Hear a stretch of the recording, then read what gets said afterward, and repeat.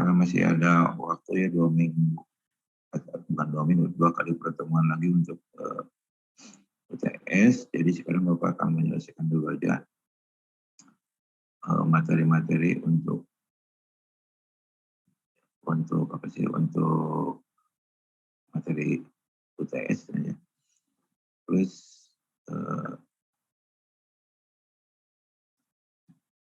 penjelasannya supaya bisa lebih dipahami lagi mengenai apa itu waktu siklus gitu kan ya. Kan siklus itu ada 2 ya, siklus pengecoran dan siklus konstruksi adonan perancangnya. Kemudian apa yang dimaksud dengan proses konstruksi, kemudian apa yang dimaksud dengan proses siklus konstruksi gitu kan ya. Supaya di dalam pelaksanaan khususnya untuk struktur gedung bertingkat gitu kan ya. Jadi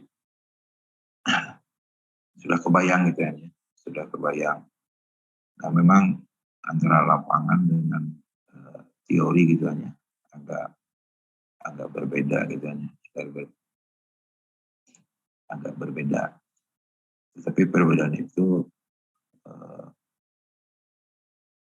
hanya di dalam menerjemahkan keinginan di dalam apa ya, di dalam waktu yang tersedia untuk melaksanakan proses siklus konstruksi gitu kan ya.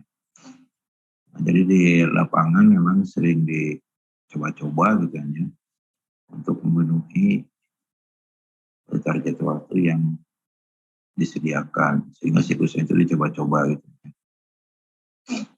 Dicoba-coba karena mencoba-coba siklus itu bukan hanya kepada kekuatan struktur, tetapi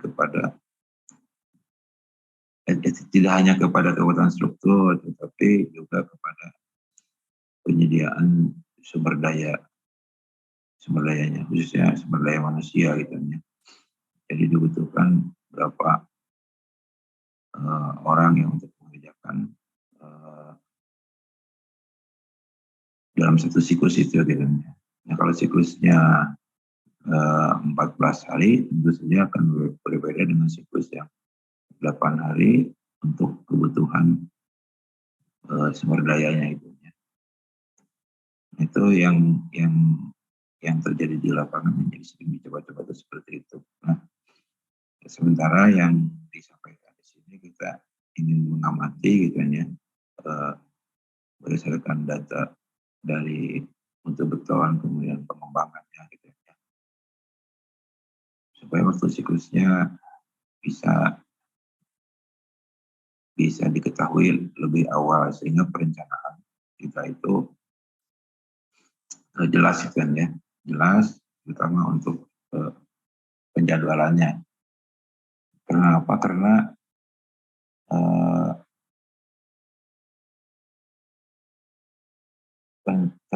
perancangan acara perancang itu kan tidak lepas dari penjadwalan sebenarnya gitu. Nah, untuk bisa menyusun jadwal ya memang harus dihitung mengenai kekuatan strukturnya dari awal gitu. Nah, mengenai perjalanannya, nah barangkali ada sesuatu yang kurang-kurang gitu kan ya, kurang-kurang di dalam perjalanannya, itu sering dimodifikasi di lapangan karena tidak setiap beton yang dicorkan itu akan sama kualitasnya dengan beton yang dicorkan pendahulunya gitu kan ya. Nah, oleh karena itu di setiap di setiap perubahan tingkat itu harus selalu dicek gitu, dicek. Nah, di lapangan itu sekarang sudah banyak yang mulai mengecek gitu, mengecek mengenai proses siklus konstruksinya itu. Dari sana mungkin akan kelihatan dari kalau ada elemen-elemen struktur yang tidak kuat gitu ya. Nah itu nantinya yang akan Bapak sampaikan supaya setelah UTS aja ya. Supaya kalau diminta nanti ngecek proses siklus konstruksi itu jelas kan ya. Jadi datanya seperti apa, kemudian yang di apa sih diterapkannya itu seperti apa gitu.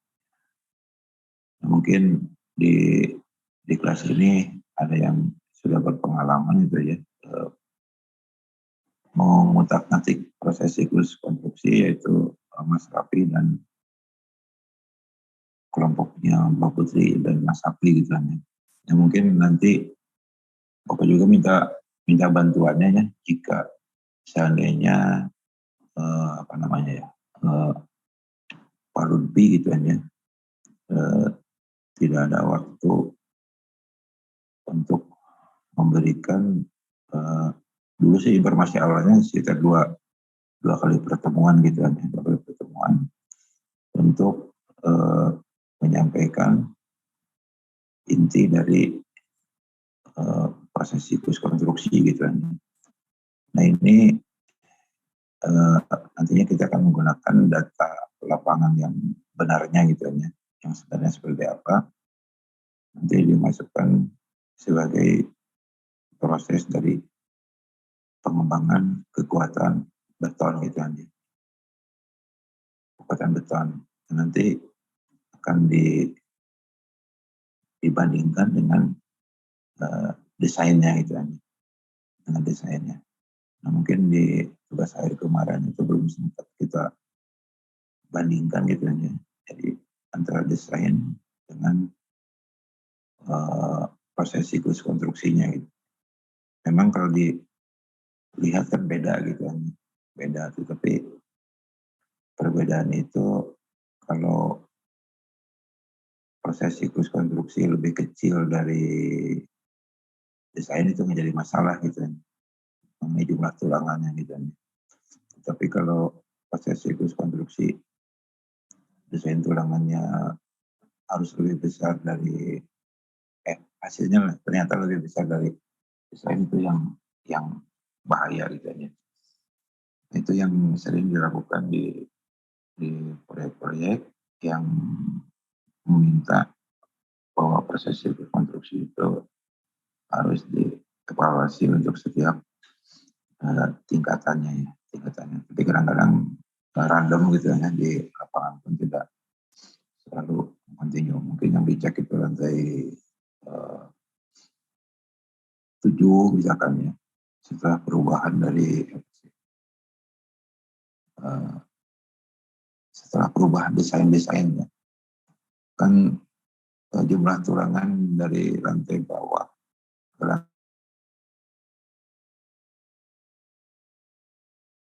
hasil perancangan kan ada perubahan-perubahan dimensi atau perubahan-perubahan jumlah tulangan.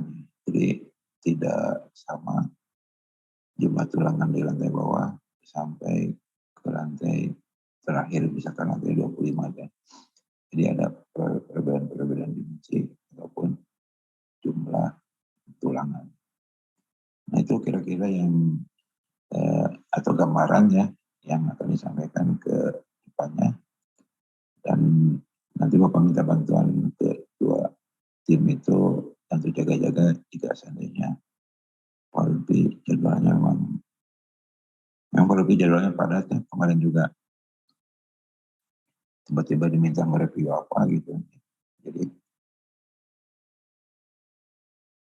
banyak kegiatannya sekarang ini gitu.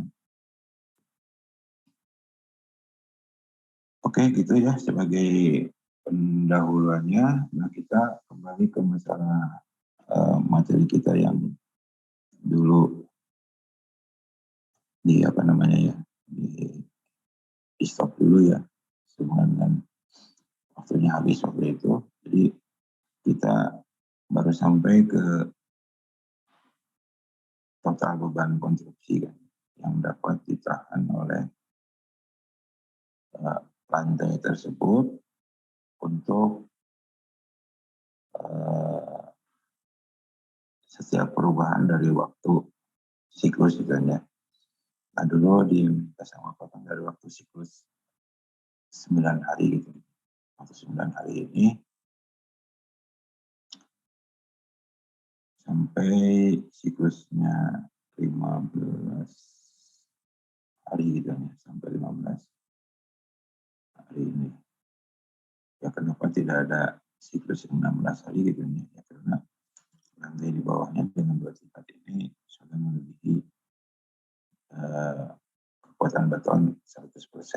Jadi ya tidak ekonomis lagi sebenarnya. Yang paling kalau mau ngecek itu ya sampai 15 hari maksimum gitu ya. Tapi bagusnya ya di 14 hari gitu ya. Nah,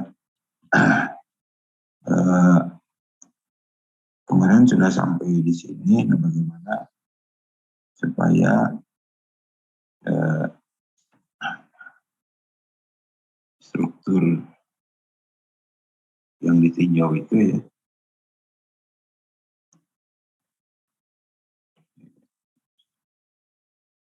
supaya struktur yang ditinjau yang ini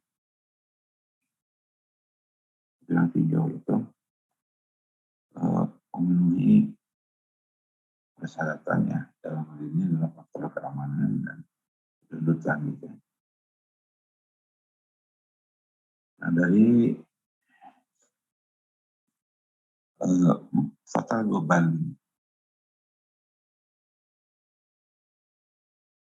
konstruksi ya,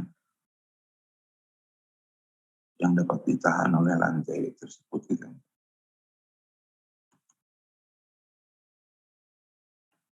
Nah, itu sama dengan sebesar total beban di akhir operasi gitu kan ya. Nah mungkin ini kalau mau dipelajari lagi tinggal dibuka teorinya ya. Dulu Bapak kalau tidak salah sempat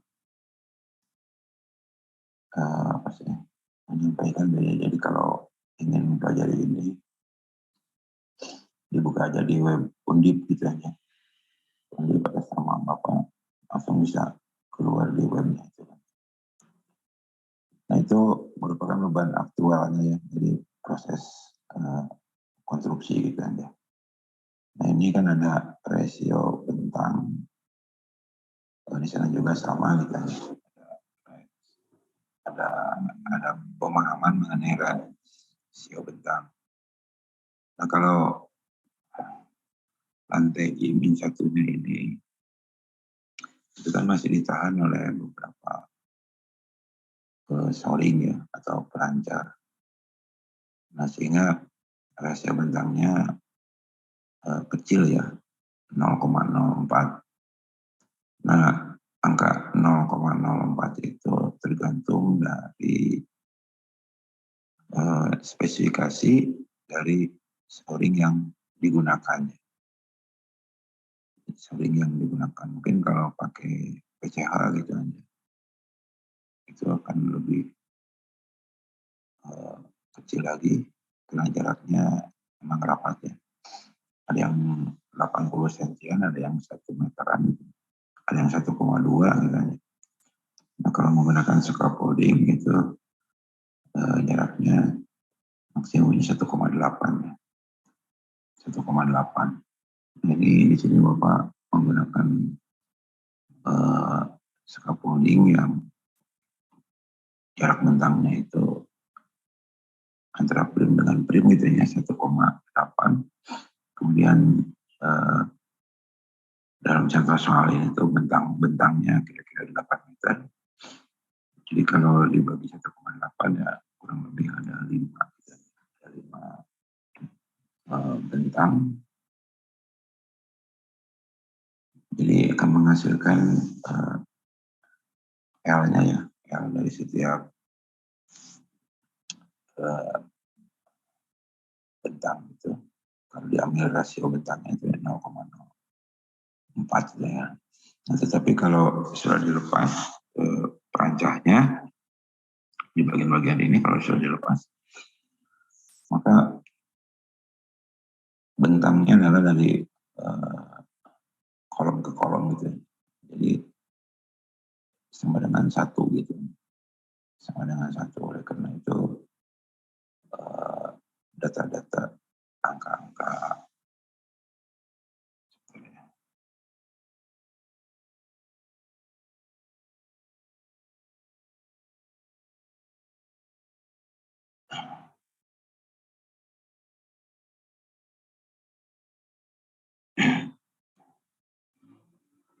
jadi ini yang digunakan untuk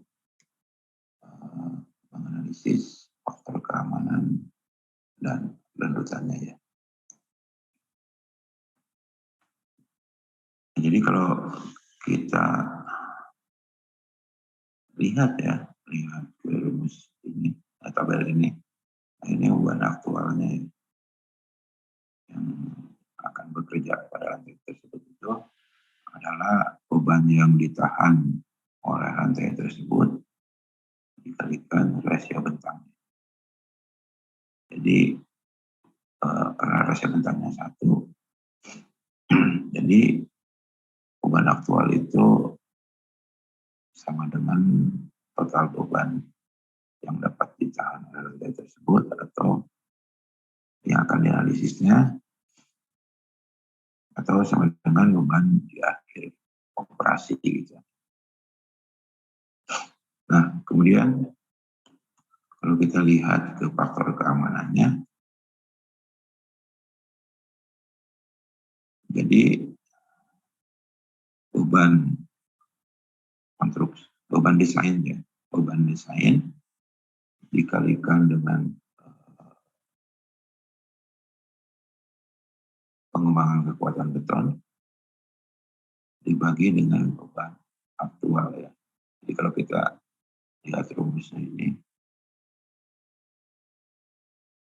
kan perbandingan beban. Jadi supaya gampang bisa dimodifikasi lagi ke rumus ini.